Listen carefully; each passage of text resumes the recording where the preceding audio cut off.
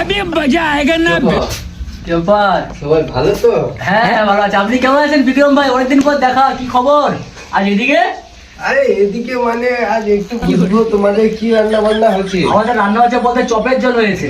চপের ঝোল? হ্যাঁ বসো বসো, অনেকদিন পর আসছো। কোনোদিন নাম শুনিনি। চপের ঝোল খাওনি? চপের ঝোল খেতে হবে, এখানে উড়িষ্যার বড় বড় চপ, খেতে খুব ভালো।